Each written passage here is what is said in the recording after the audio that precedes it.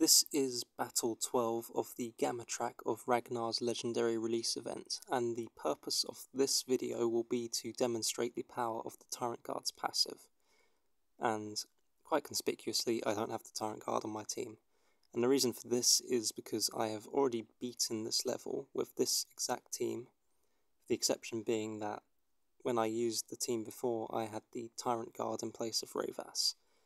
And I got through it very easily. There wasn't really any point where I felt pressed by the enemy, I'd say.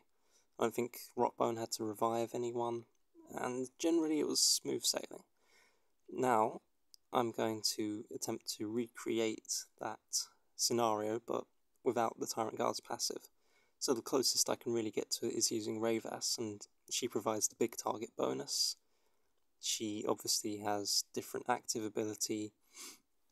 She's got a ranged attack, and she's mechanical, so I won't be using her ranged attack or her active, just to try and keep her as close as a proxy for the Tyrant Guard as possible, with the exception being, of course, that she can't provide its passive. And just going to let the battle play out and see how it goes. And this is my 4th attempt at making this video, and I can tell you it's almost certainly not going to go well.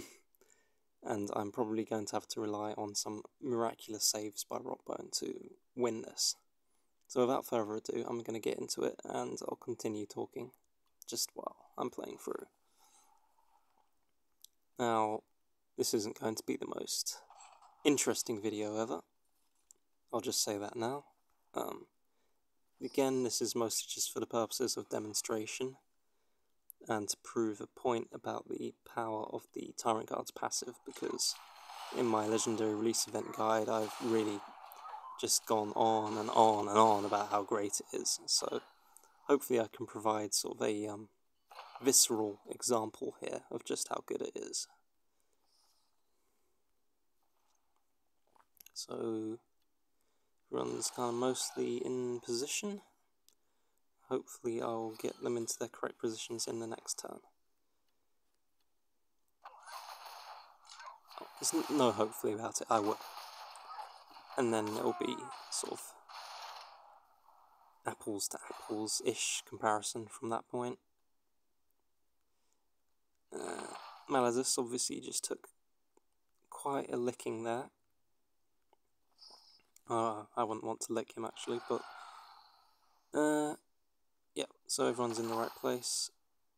And that big chunk of damage Maladus took is just a good example of the danger of the Templars, which is they can suddenly unload quite a lot of damage on you, and if you're not careful, they can really hurt your characters and even take them out before you have a chance to heal them.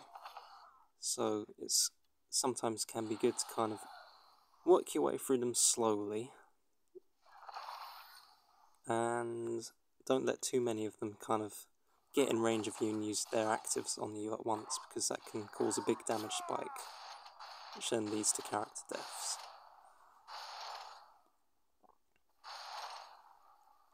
You don't want your characters dying faster than bloody Game of Thrones. Yeah, I think Aleph is healthy enough to do that. Now, you can't really hope to endure and survive when it comes to fighting these guys, so even though it's nice to have the aggressors around because they don't do a lot of damage, and have them attacking you instead of, say, you know, a Pyre Blaster guy or one of these guys with a shotgun, realistically I'm just going to have to try and kill my way through these enemies as quickly as possible, instead of trying to outlast them. Without the Tyrant Guard's passive, I can't just keep healing and laugh in their faces. I have to go on the offensive. So, go on the offensive I will. Now, I'm kind of concerned that if I kill this chainsword guy with Aleph, I'll take a big damage spike from the shotgunners coming in, so I'm just going to leave him alone for this turn, heal Aleph up, and then I'll start attacking with her again next turn. This is already very, very uncomfortable in comparison to when I was using the Tyrant Guard, you know. I'm going to have to start choosing which Chaos character I'm going to be wanting to heal soon, because I'm not going to be able to keep up with the damage that they're all taking. That's pretty obvious already. And I'm going to have to start either relying on Rotbone's revive, or moving Aleph out to try and shield them somewhat from incoming fire.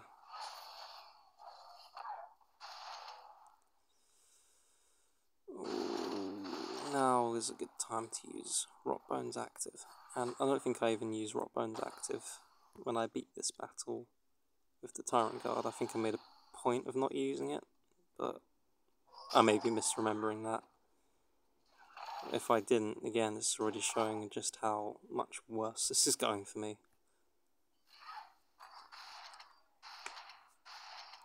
We shall carry on regardless.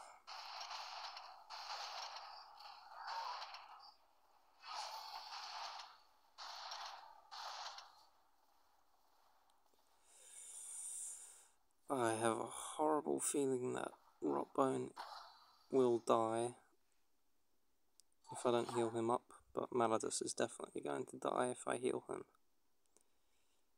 Unless... even if I move Aleph out to try and shield Maladus, Maladus is still going to die. And Aleph might die too, so... for now, I'm going to keep plugging away with Aleph and just hope that Maladus gets revived by Rotbone. Let's see if the 25% chance for revive failing strikes. Nope. Oh. It's a slight reprieve. But again, it's looking like I'm going to be needing to make another revive soon, because Angrax is about to buy it. That's just how this is going to go from this point onwards. I'm going to be teetering on the edge of death constantly.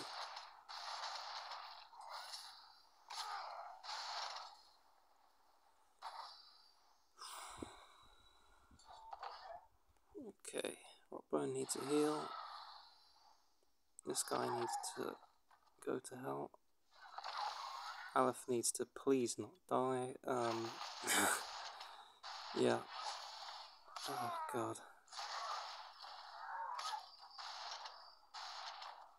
As I will say probably many times, this is not comfy.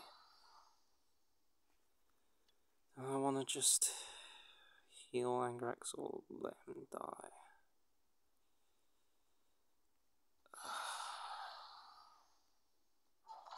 Let's just keep going. I really want Godswill to move up to an area where I can kill him with Maladus before he can start debuffing people with his passive. Although, if he debuffs Angrax, and then Angrax dies and gets revived, his armor will be returned to its normal value, so that's something to bear in mind that you can do. Right.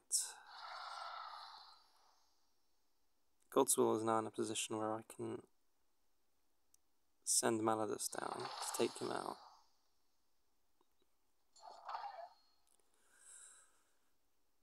But he's not healthy enough, so I need to kill this aggressor to clear a path to him. So I could kill the aggressor with Maladus and then try and kill Godswill with Aleph. But I need Aleph to be as healthy as possible before I attempt that. So, not going to rock the boat in any way. I'm not going to attack with Angrax because he could hit this guy with Let the Galaxy Burn, which would open up a space which Godswill could then move into. So I'm just going to maintain the status quo. Hope that Angrax gets revived again if he dies. Okay, not comfortable at all. Now, this is... can Aleph survive? question. Well, all I can say is she's going to have to. Well, at least she killed God's will, so I'm going to start killing. Do I want to start killing these guys? Yeah, I do. Stop any shenanigans from these dudes trying to come in and mess things up. I want to get Aleph back into the position she was in, so I'm blocking off the hex she was on.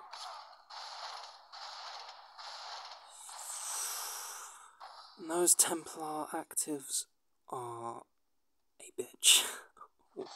Aleph took a pasting there, but she's still alive, so that's kind of a relief.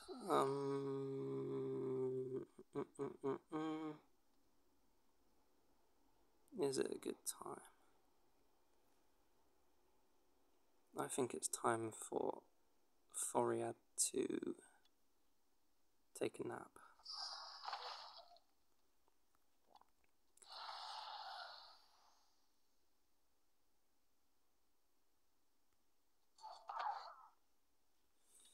I'm gonna pray that Malithus survives.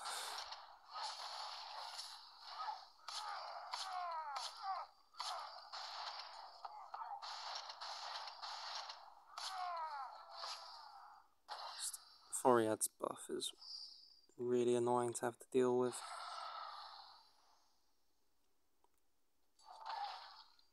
From his passive. I don't know how many revives it's been on Angrax now. I think it's 4 or something. I mean, I've been very lucky here. And you don't want to be relying on luck to win. And I'm going to need to continue being lucky because this is nowhere near over just yet.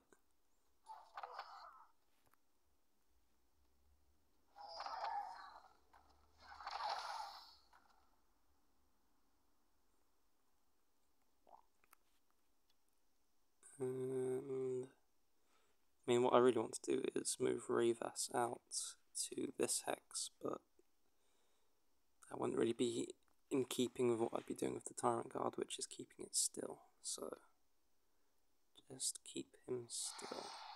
Sorry, keep Revas still. Angrax is just going to die at some point and not get revived. It's basically inevitable. I'm going to have to just focus on keeping Malithus, Rockbone, and the important characters alive, shall I say. Ooh, okay, I can see an opportunity to take out Jaeger here, so let's get Aleph healed up, let's get Angrax healed up. Again, don't want to rock the boat.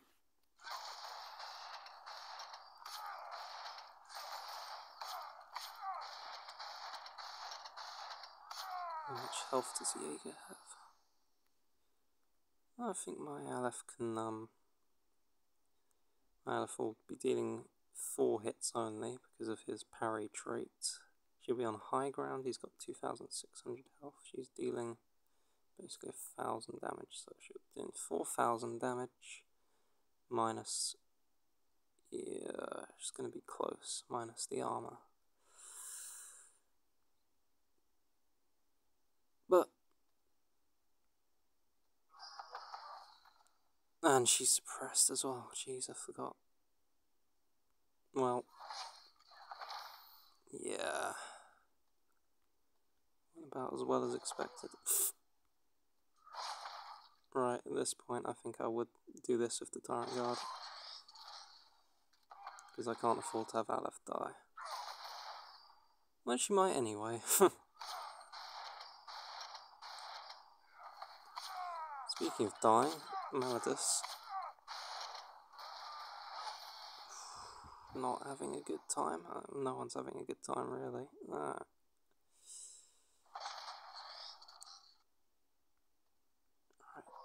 let's get Aleph safe. Angrax, good luck.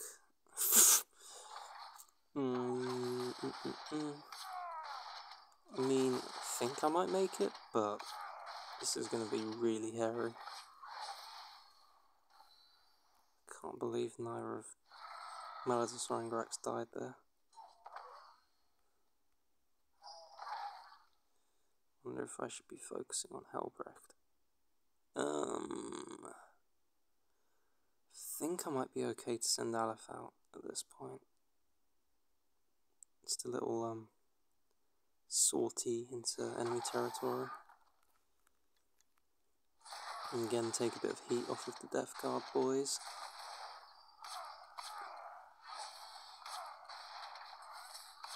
Rotbone has been an absolute champ with his reviving. So yeah, Aleph did good there, soaking up a few hits.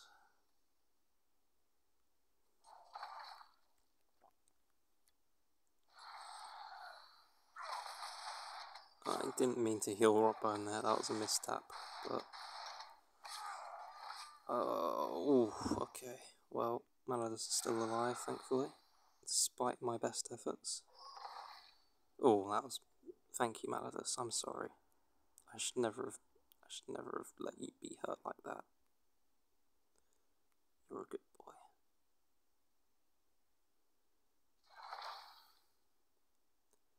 Alright, let's just try and kill Helbrecht. I'm tired of him.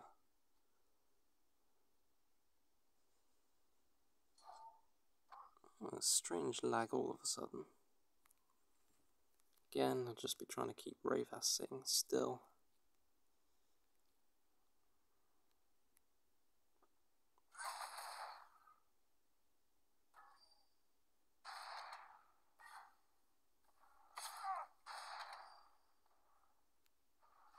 You'd think it'd lag more when there were like 100 enemies on the screen, but hey ho. Oh, Rotbone's finally failed. But you know what? I'm not going to be annoyed at him. He's done a sterling job. And I think I might actually win this. Actually, no, I don't think so. I'm pretty much certain at this point. Taking out the really nasty Templars. Godswill being chief amongst them. Jaeger being also quite an annoyance.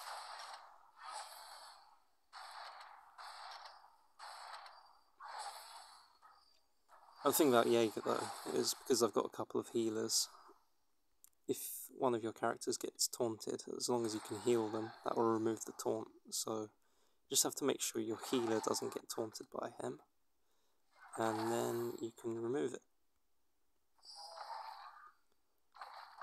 It's obviously not a foolproof method, and it's a lot more comfortable to just be in a situation where you can outright kill him and not have to rely on him, you know, taunting the right person.